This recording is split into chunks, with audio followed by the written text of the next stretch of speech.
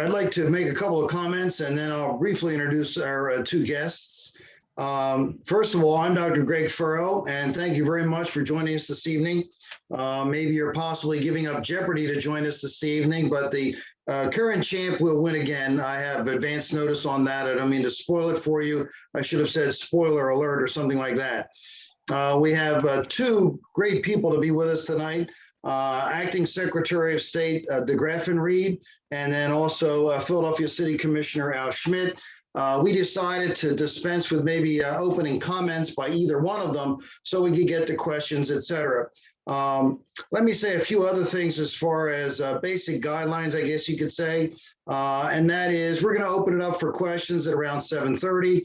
I would ask your questions to be short and to the point. And like I said, we'll start that around 7:30. One of my favorite journalists of all time who passed away not that many years ago was Gwen Ifill. And whenever Gwen Ifill talked about a topic, she always said, I'd like to add more light to this topic, not more heat. So we're here tonight to add light to the topic, not more heat. Also, let me mention a quote by a Supreme Court Justice by the name of Hugo Black. Hugo Black said, quote, "No right is more precious in a free country than that of having a voice in the election of those who make the laws under which, as good citizens, we must live." That was a quote of Justice Hugo Black.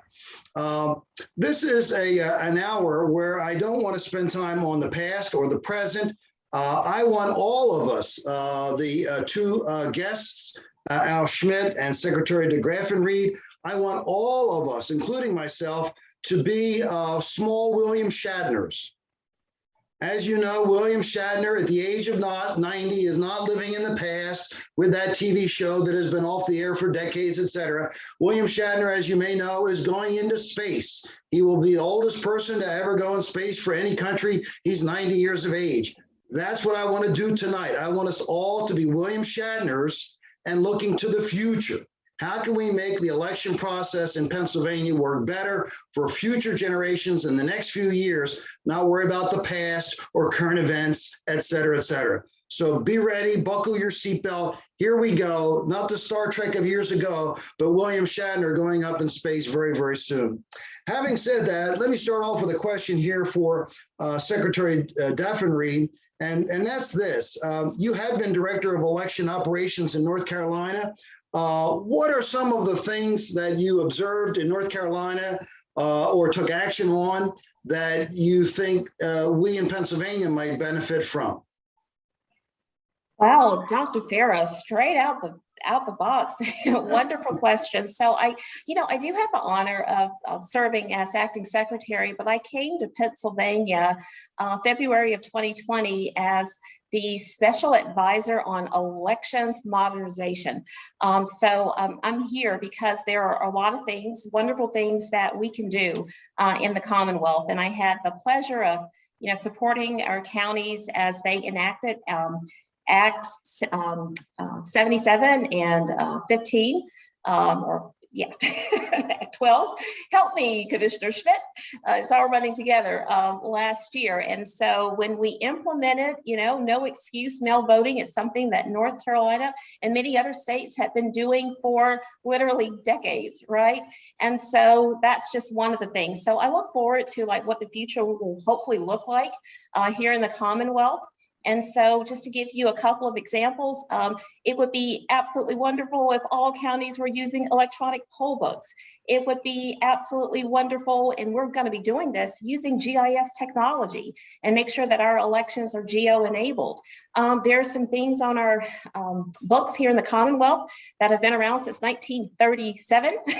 Talk about the past, and those things need to be looked at and modernized. And so I look forward to, hopefully we'll have early voting, in-person early voting, real early voting, where people can go and present and their ballot goes into the tabulator. So those are just, just a number of things that I certainly help implement and hopefully improve in my former state, and look forward to doing those things here in the Commonwealth as well. I'm going to ask you, I'm going to ask both of you general questions and specific questions. I'd like to follow up with Secretary Degraffenreid. One of the things I read in your bio was that you developed the state's first voting system certification program. Could you give me a little idea of what that is? Sure, absolutely. So, going back, to Bush v. Gore and the Help America Vote Act, when, the federal government came in and gave jurisdictions millions and millions of dollars to implement new voting systems back, in the early 2000s. States like North Carolina and Pennsylvania took certainly advantage of that funding and, brought in, new voting systems to get rid of the hanging chads. But when I started in elections in 2008, when new voting systems were coming onto the market and we were asked to certify those new voting systems, there wasn't a plan. And, certainly the state in North Carolina, because of HAVA, had used those funding to, to purchase new voting systems, but they were starting to age out. So what I did, I said, we can't, we have to have a plan in place. We have to have a policy. And so I helped create, a very documented procedure for looking at and reviewing voting systems in North Carolina. And that exists here as well, here in the Commonwealth. So anytime a voting systems vendor wants the state to certify a new voting system, there's a process in place. It has to be transparent, it has to be multi-partisan, and it has to be thorough and comprehensive to protect and secure our election system. Thank you. I'm going to go to Mr. Al Schmidt, the Philadelphia City Commissioner. Let me first of all mention I have a bias in the favor of where he is a city commissioner. I was born and raised in Philadelphia, left there and came to State College, been here for 50 years. And if that means that I'm past 70, yes, I plead guilty. But at any rate, I want to get to Mr. Schmidt here. As a city commissioner, can you think of a few things that you've done to move Philadelphia forward so that future elections in Philadelphia run smoother? Well, Dr. Ferro, thank you for the introduction. And to make sure there's equilibrium in the universe, I moved here from Western Pennsylvania, or at least I grew up in Western Pennsylvania a long time ago in Pittsburgh, and then went away to college, then grad school in Boston, and then I was in DC for about 7 years, and then moved to Philadelphia in 2005. So it's my adopted home, and I won't waste time with this, but when I grew up in Pittsburgh, the only bigotry my parents raised me with was that Philadelphia was the worst place in the world, and that nothing but terrible things happened in Philadelphia, and all that. Since then, I've moved here. I've fallen in love with Philadelphia. I would never live anywhere else. And my parents, who I just mentioned, have retired and moved to Philadelphia. So it's all sort of working out. Beautiful. I was elected in 2011 and came into office, or was sworn in January of 2012. And I think the biggest challenge right out of the gate, this is before we implemented a new voting system and all the other things that have come along. But one of the big objectives of mine was to make election information as transparent as possible. When I first got involved I'd say it was 2006, I saw a story on the news about the election coming up in Philadelphia, and I wanted to know, how many registered voters does Philadelphia have? So I called the city commissioner's office, where I now work, to ask how many registered voters Philadelphia has, which is a pretty simple question. And the first response I got was, "Why do you want this information?" And the second was asking me what my affiliation was. And I had no interest in becoming city commissioner or being involved in elections at all in Philadelphia at the time. But that really struck me, and I was really sort of irritated as a taxpayer. And I didn't let them know it, but you shouldn't have to say please, you shouldn't have to beg, you shouldn't have to, anyone should have access to this information who wants it for whatever reason or no reason at all other than idle curiosity. So transparency was a very important thing. We revamped and stood up a new website, philadelphiavotes.com, so we could push out as much information as possible to help our voters have equal access to information, regardless of party, regardless of whether you're interested in running for office to challenge an incumbent or you are the incumbent. We want equal access to information. And we did the same thing with our campaign finance system, to implement a campaign finance system where when candidates report, it's immediately available and it's searchable, to just try to bring as much transparency as possible to this process. It seems like a very quaint time when we were doing that compared to now, but that was the transparency angle of all of this was very important to me. Let me ask you a question, and we'll also ask Secretary Degraffenreid to give a response too. In your responsibilities and her responsibilities, are there times where the two of you, your responsibilities intersect and you talk to her on the phone, those kinds of things? Or because the country is so large and so complicated, there really isn't much intersection of you and her as far as elections? Well, we really look to Department of State for guidance on a number of things that is really helpful to our county and also helps make sure that all counties are sort of functioning the same way with that guidance. The secretary, and I don't actually know this one way or another, the secretary might be a Democrat, I don't know. I'm a Republican, but what she wants and I want are the same thing. We want every eligible voter to register to vote. We want every registered voter to cast their vote and have it counted. Fundamentally, party affiliation doesn't matter. Where we come from doesn't matter. None of the rest of that matters. At the end of the day, it's about making sure eligible voters can vote and have their votes counted. So yes, our county, like all counties in the Commonwealth, look to the secretary and look to the Department of State for guidance, which has really been critical in getting us through election after election. And we're grateful for it. And so for Secretary Degraffenreid, I gather from Mr. Schmidt's comments, there's a lot of intersection between you and local officials throughout the state. Absolutely, hope so. Want it there to be, and we absolutely strive to build a really strong relationship with our partners in elections administration. And that's, the local jurisdictions. Again, I come from a background, I'm the Secretary of the Commonwealth right now in an acting capacity. And, I'm over regulatory programs too, but elections certainly is my background coming from, from another state. 100 counties, in North Carolina, 67 counties. And it's so important, we are truly only as strong, as, that one jurisdiction that may be weak. And we don't want any of our counties to ever be challenged. So we do a lot. I've tried to do a lot. Hopefully you've seen that, Commissioner Schmidt, to better engage with the counties with our county liaison program. And I do strongly believe in election uniformity and having really strong standards in place. I agree that it's so important to have just the system of uniformity, but at the same time, I have also always recognized how important it is to have for local jurisdictions to have, some level of flexibility in how they, seek to administer elections, and never more so because, this is a Commonwealth. And certainly I'm learning all about that, coming to, a state like Pennsylvania. So I thought you were going to ask if we are ever at odds.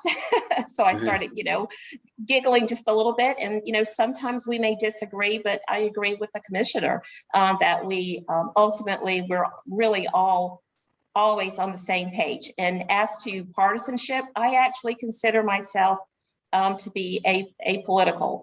I was brought into elections in my former state from a Democratic administration. I was promoted and given greater responsibility from a Republican administration.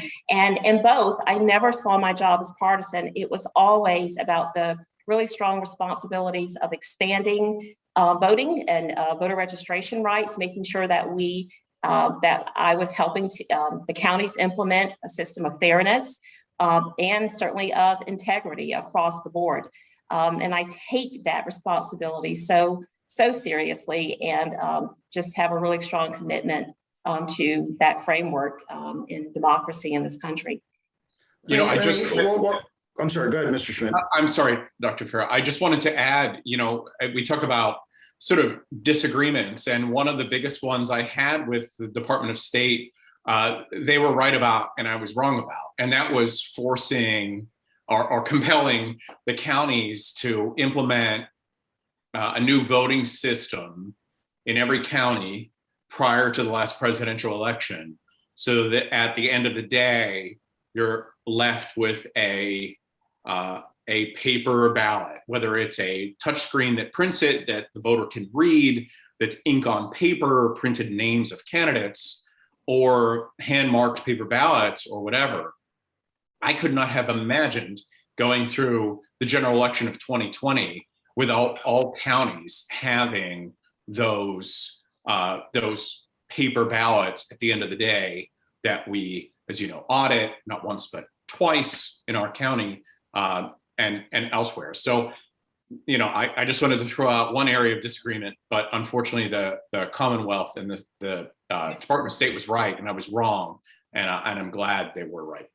Well, first of all, I want to mention that I appreciate the fact that you admitted you were wrong, but that's a good thing. But the bad thing is, since that's so rare amongst politicians, we've now suffered a small earthquake here in State College, Pennsylvania. So be careful about saying that too many times. I'm not sure how stable my house is. I'm not sure how many shock waves it can take. We are all William Shatners tonight. We are going into the future, and that's what been our theme so far. So going into the future some more, let me come back to Secretary of State Degraffenreid and ask you a question. Looking to the future, not the past, not the present. Are we pretty much set for the 2022 midterm elections?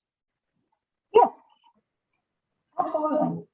Okay. Right. We will always be prepared for every single election. There's always things that you can improve upon, always lessons learned. So the past has value.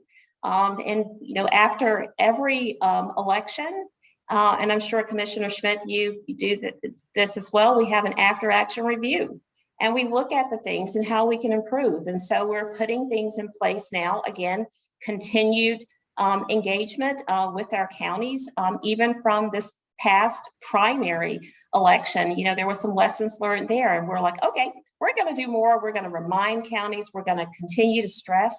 One of the things that we're dealing with right now in Pennsylvania is that, gosh, I've lost count, but it's probably about 40% of our counties have new election directors, you know, within the past year. You know, there's a lot of institutional knowledge that has been lost with that. Now, election laws are changing. The dynamic of how we administer elections is certainly changing, and that's a good thing. But it's important that we continue to, you know, stress and, you know, advocate for our counties, but to make sure that we're continuously engaging with them, you know, educating them, giving them guidance. Commissioner Schmidt mentioned, you know, guidance. Quite frankly, it was something that the department was deemed, you know, a little bit, that people didn't understand, you know, how dare you give counties guidance? And, you know, the frustrating thing, you know, for us is that counties have asked us for guidance. They wanted clarification. It's important, right? Because we're in this together.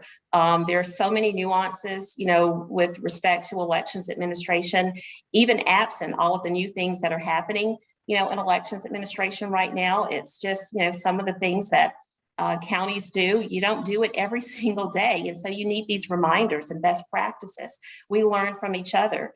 I serve on a few national work groups and committees. So I'm learning best practices too, you know, from other states. And I want to be able to share that information, you know, with the people here, not only within the department, but also, you know, to our counties. So, you know, will we be prepared?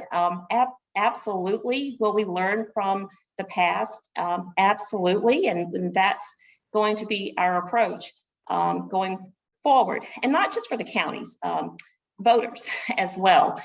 So we are doing things to continue. Commissioner Schmidt mentioned, the website, just making information very transparent to voters. I mean, we want that as well. We think it's so important. Last year when we had more funding that we could help educate voters, sending out emails or text messages. Certainly less funding for that right now, but whatever we can do to even educate voters about mail-in voting and how they can not wait till the last minute to request their ballot or get their ballots back into the mail is so important with respect to any election, and we'll continue to do that.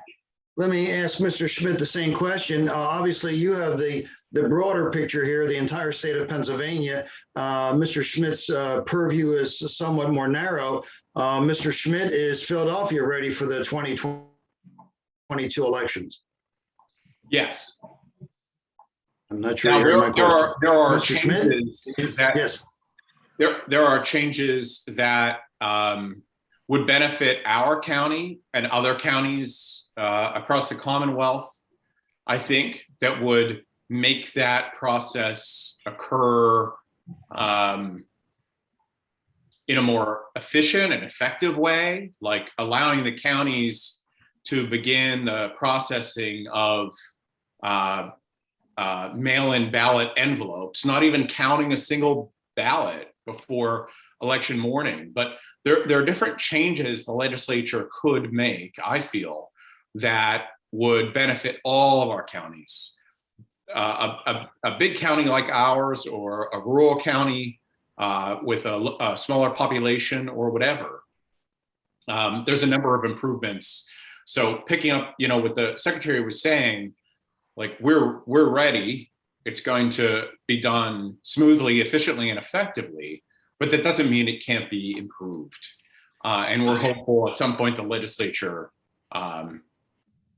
improves the election code. One of the things that comes up after every election where things don't go as smooth as people would like, and I'm going to ask this first of you, and then we'll go to Secretary Degraffenreid, and that is, we have Ohio doing it one way, that you can vote 3 weeks ahead of time, 1 week ahead of time, et cetera. Would it not cut down on the confusion throughout the 50 states and make your job and her job much easier if we just had a consistent, united, exactly the same national voting system? I think now this is well above my purview as a parochial election administrator, but especially being in Philadelphia, so close to New Jersey, we're all sharing the same media market. Voter education is so incredibly important. And voters in their, regular people in their regular lives who aren't dealing with this every day, who have a lot going on, are constantly bombarded with not just disinformation and the usual political muck, but they're also being bombarded with voter education that's telling them different things. Especially in our case, so close to New Jersey, like I said. They have different rules than we have. And not just state to state, but every county in Pennsylvania runs its own elections independently of every other county in Pennsylvania. So I can't imagine what it's like for the Secretary of State to be dealing with, our county has this system, a different county has a different system. And you see people on social media saying, hey, when I went in to vote, the machine wasn't working. And some other people are like, what do you mean machines weren't working? We vote on paper ballots. It's just so confusing for voters that at the end of the day, I feel like greater uniformity would probably benefit everybody, but allowing for flexibility from location to location, because our county is nothing like, Pike County or Lackawanna County or a lot of other counties in the state. So some degree of uniformity, but flexibility so that the counties can adapt to the needs of their voters. Let me pick up with that and go to Secretary Degraffenreid. More uniformity, but allowing for some individualism. Secretary Degraffenreid. Yes, Absolutely. I agree. I think there's value in having uniformity. There's absolute value in having standards, not just within the Commonwealth, but within the nation.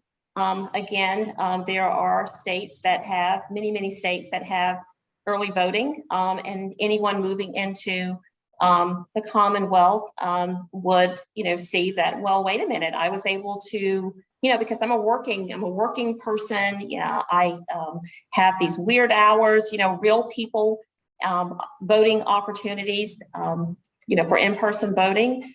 So I do think that there certainly is an opportunity there for the legislature to look at that and, really expand safe and secure voting opportunities for voters, across the board.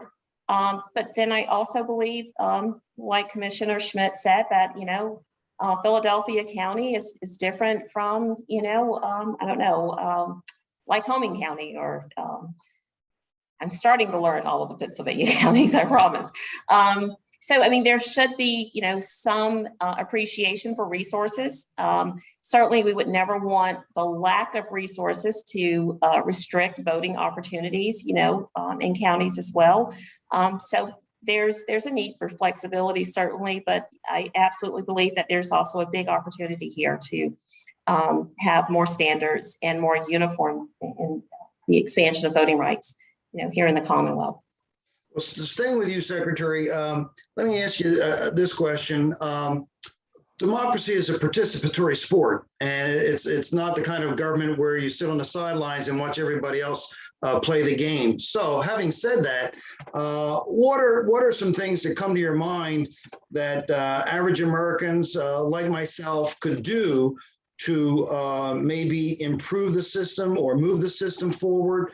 Obviously, you two people have responsibility, a great deal of responsibility, but I'm just talking about the person who's not an elected official, doesn't plan for running office, et cetera. What are people in Pennsylvania, what should they be thinking about doing to make the whole process work better so they're more involved without, let's say, running for office themselves? Well, certainly participating by voting is so important. But one of the things that is a little frustrating, and I know this is about the future, but that we've seen this recently, is that we have these, there's this dynamic happening right now with misinformation and disinformation, and that people really don't understand the voting process. They think they understand, but they really don't. And it's almost like, can we go back to civics a little bit and really learn and really embrace like what democracy means, in the country? And so what I would say, what you it's not just about what you should be doing. Certainly vote and participate, educate yourself. But if you're not aware of like what voting is, please do not comment. Stay off of social media. If you don't know what you're talking about, you're not helping the process if you're not well informed. And that's unfortunate. And so I would like to see Americans exercise a little bit more discretion before they scare people away, before they, discourage people from voting, before they discourage people from serving as poll workers or being involved in elections administration. I mean, it is really starting to, have an effect on the process, not just suppressing people getting out the vote, but people like volunteering, being poll workers. And we're seeing that, not just here in the Commonwealth, but across the country. And it's because of just, outright misinformation, lies as to the work that that professionals are involved in. Mr. Schmidt, what can average Pennsylvanians do in addition to what the Secretary just mentioned? Well, even though now about half of our voters in Philadelphia vote by mail, so right out of the gate, once we had mail-in voting, about half of our voters voted by mail in the primary, and half of our voters voted by mail in the general of the 2020 presidential election. About half of our voters, which is hundreds of thousands of people, vote in person on election day. And I would guess that most voters, the majority of voters in the Commonwealth, vote in person on election day. And fundamentally, even though there are federal laws and state laws and all the rest, at the end of the day, most of our voters are walking down the street in Philadelphia or driving someplace nearby in a lot of other counties to vote in person. And that voting is made possible by your neighbors and your neighbors working what is essentially a 14-hour day, a very difficult day during a presidential election because they're busy, and a very difficult day in off-year elections like this one, probably in a lot of places where you're not so busy. But it all comes down to them.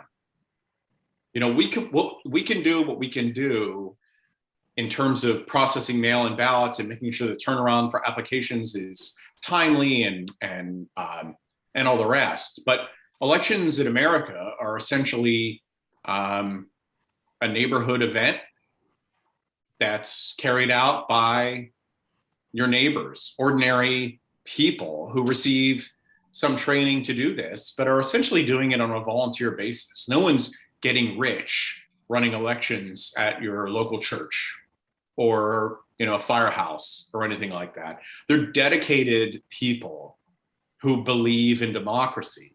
They're the reason. Respectfully, it's not the secretary, it's not me, it's not any of the rest of us. It's your neighbors who are making sure elections happen. So volunteering on your election board, I think, is a really important thing so election day can function smoothly. And I would also add, in terms of what the secretary just said, the more educated people are, the more they know what they're talking about, the better. And running election day at your polling place is a good way to learn, because you're getting training, you're knowing what's true, you're knowing what's not true. And in addition to that, you can be a good citizen, which is something I would hope we'd all strive for. Now, earlier on in another question, you mentioned something about being above your pay grade, but I'm gonna go back to that, because the first few moments I said I was gonna ask very specific questions, but also general questions. Obviously, you're a stakeholder, and she is a stakeholder also in the election process in Pennsylvania. Having said that, I'm going to ask both of you to, in a sense, divorce yourself from your current responsibility and ask you a question that's out there that people talk about and so on and so forth. And I'm going to start with you, Mr. Schmidt, and that is, when the Constitutional Convention ended, the chair that George Washington was using was emblazoned with half a sun. So I'm sure you already know where I'm going with this. Again, trying to divorce yourself from the fact that you are a stakeholder and you're trying to make democracy work as efficiently as possible. Do you see democracy in America as a rising or a setting sun? It's a democracy if we can keep it. Yes, that was the response. My background in my former life, I have a PhD in history. So Okay. You talk about looking at things in the future, and I'm sort of hindered in that way because I'm very sort of backward looking. And in terms of looking ahead, I'm wondering how the future is going to judge us right now. And I think that, without being over the top about it, I think we're at a really important juncture in American history to see how where we go from here, and whether we will live up to the responsibilities that our republic affords us. And I'm very worried about that because I feel like it's in many ways under siege right now in a way that it hasn't been for a long time, certainly more than 100 years or so. So yeah, that you're talking about the chair that Washington sat in, or all the rest. It's right down the street here in Philadelphia. So that's a legacy that we certainly carry. Let me give Secretary Degraffenreid a chance at that as well. Do you see the sun rising or setting here on American democracy, trying to forget the fact that obviously your responsibility and Mr. Schmidt's is to make it work? Legacy, that was the word that Commissioner Schmidt when George Washington was sitting in that chair with the rising sun or setting sun, people like me couldn't vote. Women, right? African Americans. And so as I have been involved in elections, what has really driven me is personal legacy. My grandmother, I'm the youngest of 6 daughters. My parents had me when they were older. So their parents were older. But my dad's mother in my very rural town of where we grew up, you know, and where I was born in North Carolina, was one of the first Black people to be able to vote. And she did so before 1964 and 1965. So she was of the era that she had to read and write the preamble. Like, those were voting laws. Those were, you know, that's what you had to do to be able to vote. She did it. Like, she was able to accomplish that. And so, you know, we did have the Voting Rights Act.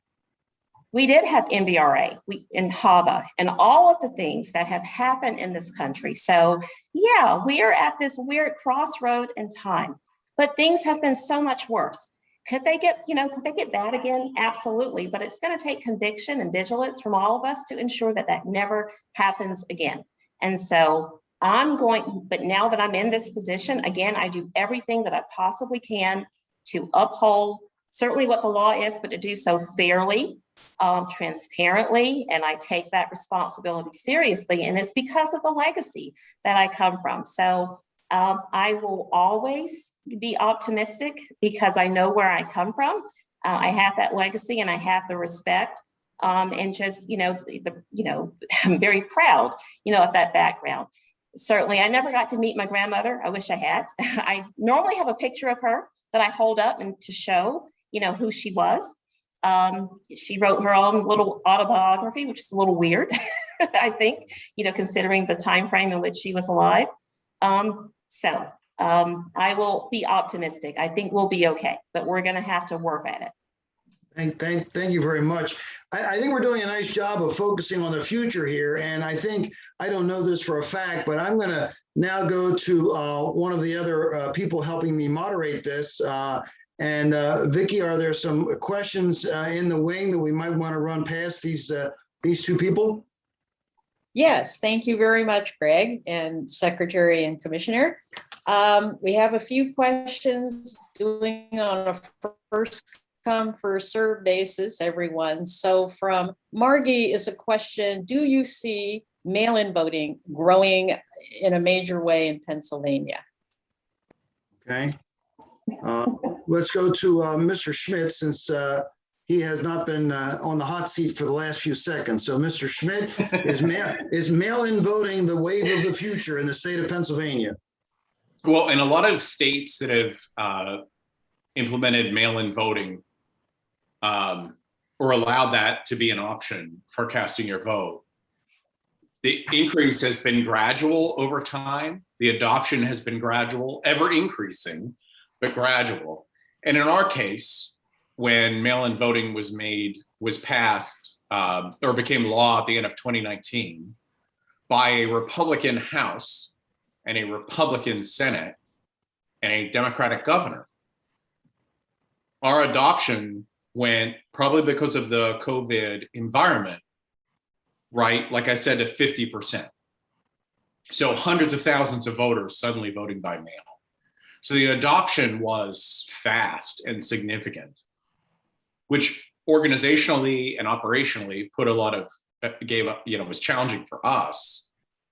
But, I think once things return a little bit more to normal, we'll be able to see whether we stay at that level or around that level, or it decreases a little bit. It's hard to use 2020 as a benchmark because it was such an extraordinary year. It's a presidential election and COVID and voting. We had a new voting system. We had to move a lot of our polling places around. There are a whole bunch of factors that I think drove mail-in voting.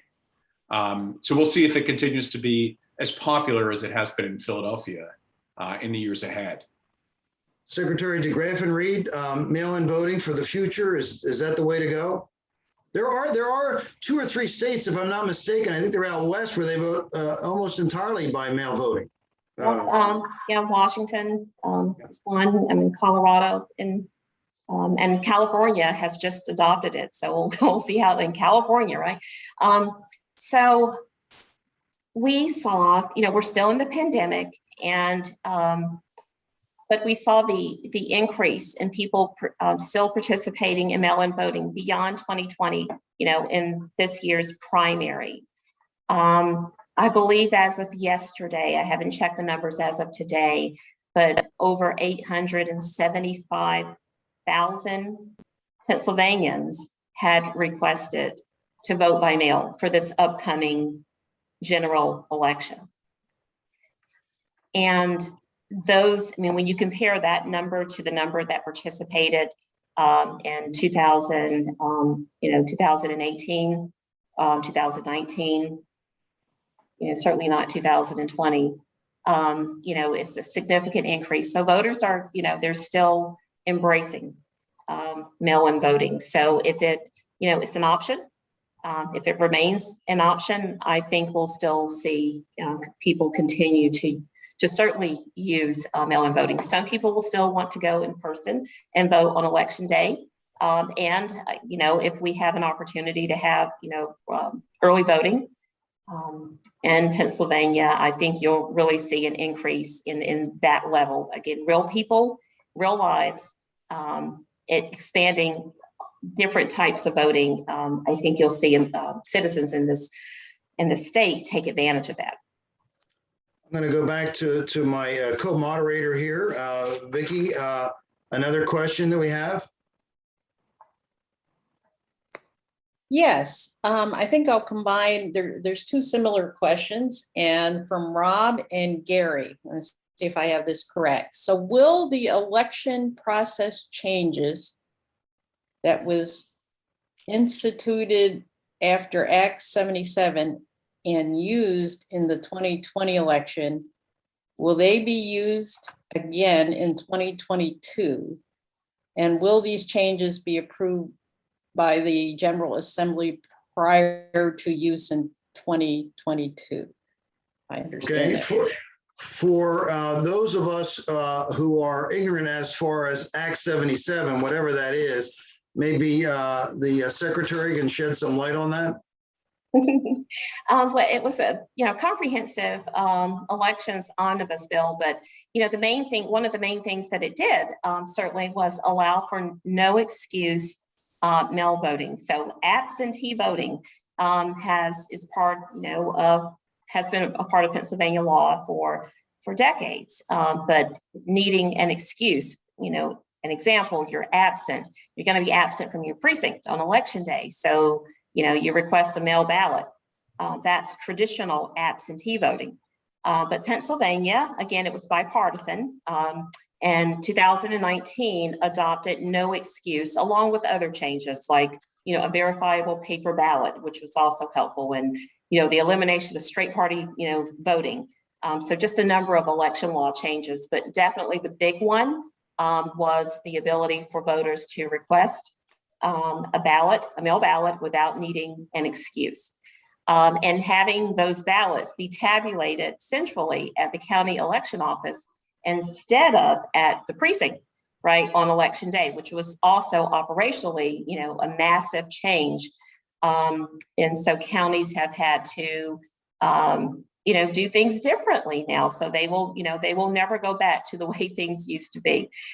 So to answer the question, that's now the law. And so that's how counties are administering elections, not just for 2020, but this year, right? And they will continue to do so, going into 2022. That is now the current law, unless the law changes. That's what you're running with. Yes, Yes. Absolutely. Again, my co-host, Vicki, another question.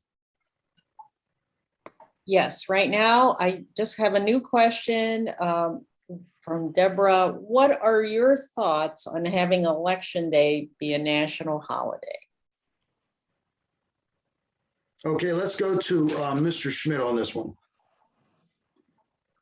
I'm generally in favor of anything that makes it easier for voters to vote without compromising the integrity of the voting process. So, you know, we started the conversation, we're talking about lessons learned a little bit, and I think it's worth sort of taking a look at. Even though we have national holidays, that doesn't mean people aren't working. We have a national holiday on Monday. Most Americans will probably be working on Monday, or many. So, you know, we might declare a certain day, you know, on election day to be a holiday and all that, but it doesn't mean that, you know, people won't be working at the grocery store, and people won't be working at the gas station, and people won't be, you know, working at the fire department or the police station or whatever. So, you know, I think it's worth taking a look at anything that improves voter participation. I don't think it's a silver bullet in itself, but it doesn't mean it shouldn't be considered. Secretary Degraffenreid, national holiday to vote. Yeah, so I think if you really think about what Commissioner Schmidt is saying, like the people who will, you know, on any holiday, they still work, right?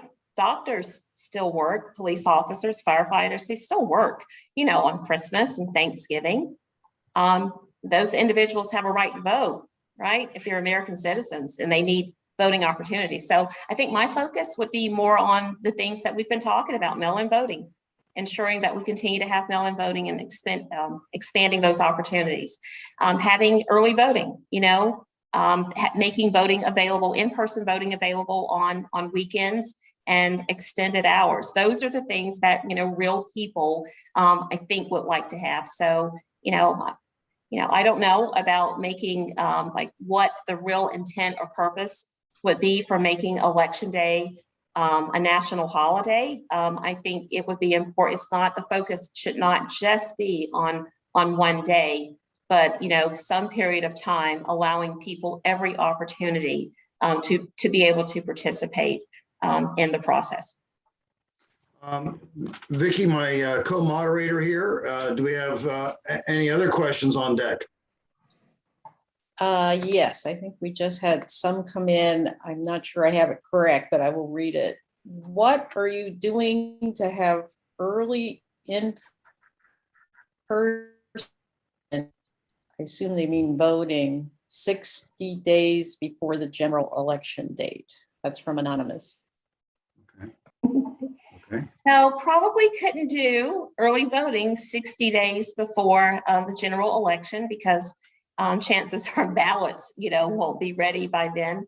The way the Pennsylvania calendar works, there's, you know, there are processes in place that would allow for like the minor parties to be able to participate. And so there's some things that procedurally that have to take place before counties are ready to print their ballots. I mean, it's not just the ballots are in, you know, a word processing program and you hit print. I mean, this is a little bit more complicated, a lot more complicated than that. But I do think that early voting is important. There is right now some element of early voting. Like you can go in person and you can request to a vote by mail ballot. So you can go to the counter and you can, you know, complete the application. You can ask the official once they process that to give you the ballot. They will, you know, if they deem that you're registered, you're qualified and eligible for the ballot, you're given the ballot, you could vote it. The ballot still has to go into the secrecy envelope and then the secrecy envelope, you know, into the declaration envelope and then, you know, immediately present it to the election official. So that exists right now. So that is some element of early voting. But another element of early voting is going in person, just like you do on election day. They check you in, they hand you a ballot, you vote that ballot, the ballot goes into a tabulator, the votes are not counted or cast until election day. And, you know, many states do this, you know, over a period of a few weeks. 2 weeks or 3 weeks, prior to election day. It's a very regimented, secure process. But that would take, a statutory approval and changes in the election law for something like that to occur. I'm gonna do something. Well, I'm gonna move on to a different category here for the next two questions. One of the things that I did when I had my own radio show for 9 years was I didn't share my questions with my guests in advance. And one of my guests was Senator Arlen Specter. One was Barbara Hafer, ran for governor for the Republicans, and so on. In your case, I gave you an idea of some of the questions I might ask, but some of the questions are going to be a surprise. So this one, however, hopefully, see, one of the reasons I've been a happy teacher for 50 years is I just love giving homework. And if I can give homework to people as influential as you two, that really makes my day. So one of the questions I know I did send in advance was, and here it is, to just put it straightforward. Do you think it's time, or should we in the future, remember we're trying to be William Shatner tonight, do you think we should get rid of the Electoral College? And let me ask Mr. Schmidt, who has a PhD in history, so now I feel even more fun picking on him. Should we get rid of the Electoral College? Well, the big benefit from getting the PhD was knowing how little you know, and that you're probably less well informed than most others. That's my guess. I'm terrible at Trivial Pursuit, anything sort of like that. So, like Electoral College, a lot of what brought us here to where we are has been, has been ugly and extremely imperfect, which is an understatement. But there's also very timeless elements in all of that are hopefully eternal, that we learned from the Roman Republic, or we learned from Greece. And it's a matter of sorting out those timeless elements from the very imperfect elements, I think, because of the history of our country, with much to be proud of and much to be ashamed of.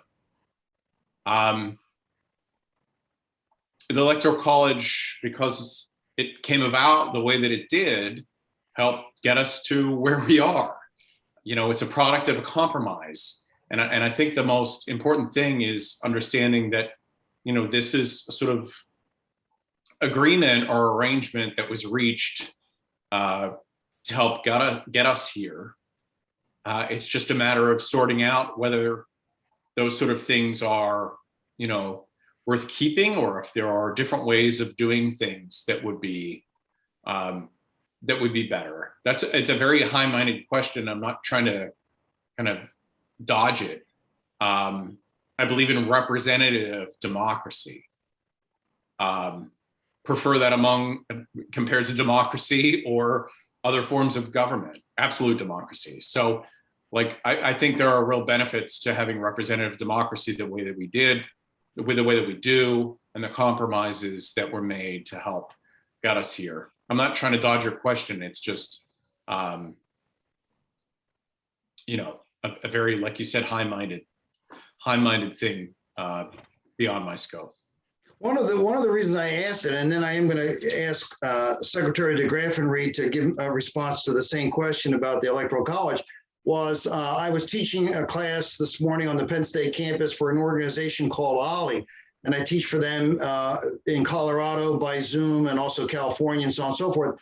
And the first lady into this classroom today asked me the question that I just asked you a few seconds ago. My Constitution group celebrates the Constitution every year for the last 5 years in August and September. We have a big birthday cake. Everybody gets a slice of the cake. We've had many people come as speakers, Republicans, Democrats. We had Senator Bob Casey and the Attorney General Shapiro come. We've had rock bands and food trucks, and it's a happy birthday to the United States Constitution. One speaker even had us sing happy birthday to the US Constitution. And believe me, that was a sight to behold. The reason I mention that is the Constitution has changed over time. And not that long ago, around 1913, it used to be that you elected your state legislature in Harrisburg, and they basically told you who your 2 U.S. senators were. Right. And a group of people in America said, we don't need that middleman. Let's go to the idea of 2 or 3 people running for the U.S. Senate from Pennsylvania. Whoever gets the most votes wins, and that's the end of that. That's the 17th Amendment. So we have changed the Constitution to get rid of middlemen. We did it with the U.S. Senate in the 20th century. And then, of course, the question that comes up every time that the person who gets the most votes loses and the people don't get their way is the Electoral College out of date? Is it something that's a relic of the past? So now that I've thrown in my 2 cents, let me go to Secretary Degraffenreid. Should we get rid of the Electoral College? I'm going to be completely honest and say I'm going to dodge. Okay, I appreciate I'm that. Here's the thing. One of the things about being the chief election official, in the state is that I follow the law. Like whatever the Electoral College is about, like who becomes the president. My job is to ensure that in terms of voting here in the Commonwealth, that there's integrity, that is free, is accurate, it's secure, regardless of whatever the contest is. And I mean this, I care about every single contest on the ballot, not just the one that's at the top of the ticket, all the way down. And on the back of the ballot, sometimes people don't vote, down ballot and don't turn the ballot over. Those candidates matter to me. And so I have to dodge that. I don't think that's something that's within the purview of, the secretary. But Veronica, as an American, citizen, I don't know. I've had this debate with I have a daughter who's a senior this year at George Washington, studying international affairs with a concentration in Chinese. She's always been, very much interested in civics and government, from an early age, and fascinated with wars for some odd reason. I don't know. But I've had, this debate with her. And I guess, and she has a certain opinion as to whether or not the Electoral College. I almost, personally agree with Commissioner Schmidt. I mean, there's some things, that maybe they're fine, they're okay, they have withstood the test of time. And other things about our Constitution, of course, it needed to change. So I'm dodging, definitely, but I own it. Well, this is, in the future, I would suggest that all moderators, if I can be so immodest, should talk about William Shatner in the future, because we've had 2 events tonight, which I think are extremely unusual. We've had Mr. Schmidt saying, I made a mistake. And then we've had you say, I'm not going to try to BS you. I'm going to dodge that one. So we've had 1 mistake admitted, 1 dodge. This is fantastic. I mean, and again, when you said you were going to dodge, I kid you not, my home started to shake as if there was an earthquake here. So let's not have any more dodges or any more mistakes admitted. I don't think my house has that kind of foundation that it can stand this. I'm going to ask, this will be my final question, I guess, and we'll maybe take a look at a quote first. This is a quote from a Republican senator. He was a Republican senator from the state of Connecticut, and this is what he said. And I ask the Secretary, Degraffenreid, to especially think about this in terms of the fact that as an African-American, until the 1960s, there were poll taxes, literacy tests, all kinds of obstacles to voting. So here's this quote from this Republican senator. I'm not going to mention him by name until after you've had a chance to respond, but he said this concerning Washington, D.C. He said, quote, Washington, D.C. should be the showplace for our nation for all who visit the national capital to see. As a result of ratification of the 23rd Amendment, the people of the district are now able to vote for president and vice president. This is not enough. They should also be entitled to representation in the United States Congress. Mr. Schmidt, we'll start with you, and then we'll conclude with Secretary Degraffenreid. Should the people of Washington, D.C. have the right to elect senators and congressmen to the United States Congress? Well, I'm going to add, hopefully, a triple play to your kind of earthquake thing tonight. And that is that I don't want to be a hypocrite. And that is, I used to live in Northern Virginia, but work in Washington, D.C., and used to walk around on the weekends with a shirt that read, "No taxation without representation," with a symbol, the license plate of Washington, D.C. I don't think any right-minded person thinks that Americans should not be represented. There's a couple different ways to do that, right? You could make DC a state, or you could make the district somehow vote with Maryland, the way that one little corner of the district is, well, the one corner of the district is now Northern Virginia, but there's probably a few ways that you could do it. But the idea that Americans should be taxed and not represented is indefensible. Thank you so much. We're going to go to Secretary Degraffenreid for the final answer to the final question. Then I'll make a comment or two, and we'll say goodnight to everybody who's joined us. Secretary Degraffenreid, should Washington, D.C. be able to vote for House and Senate members to the U.S. Congress? And oh, by the way, I think you've used up your one Dodge. I think every guest is entitled to one Dodge, and I'm sorry you've used yours up. Yeah, I really want to dodge this one. I have had this debate with the same daughter. Again, she's in DC at George Washington. And I am, I don't know how I feel. I am of two different minds about that, but this is Veronica speaking, Veronica, the American citizen. I kind of like what Commissioner Schmidt proposed, and maybe they vote, with a portion of Maryland or Virginia. I don't know. I will tell you this about that one. There's a thing. Okay, so this is like, we have 50 states, and if we add one more, something's thrown off. I mean, it just throws the numbers off. And that's a horrible thing to say. I'm joking. Please don't get mad at me. Anyone who heard me say that. No, I'm not. We do not want to deny someone the ability to, to participate in the process, because we don't want to add an extra star to the flag. My daughter would shoot me if she heard me say that. No, I don't know. I think it's an important debate, and we need to continue to have discussion about it. Yeah, no, I'm not going to get mad at you, but I would suggest that maybe you talk to Mr. Schmidt, who admitted that he wore the T-shirt, no taxation without representation. And I have a hunch that maybe after a few hours on the phone, he could probably get you to change your mind. I want to go back to that quote and mention who said that about Washington, D.C. being able to elect its own House and Senate members. It was Senator Prescott Bush, the father of Bush Sr. and the grandfather of Bush Jr., both of which obviously later on became president. I want to thank you too. I've done a lot of interviews. Like I said, I had my own radio show for 9 years. You have been excellent guests. Everybody who joined us this evening, again, you can go on the World Wide Web. It's Constitution Day Center.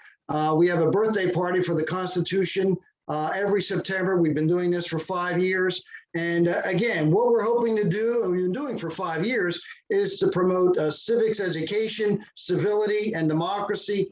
And I think all three of those characteristics were evident this evening. So I want to thank my co-host, Vicki, and I want to especially thank Mr. Schmidt for joining us, the City Commissioner of Philadelphia, and also Acting Secretary Degraffenreid. Thank you so much for joining us. Thank you. Thank you very much. Thank you, and a belated happy birthday to our Constitution. Thank you very much. Thank you. Thank you, and good night, everybody. Thank you. Good night.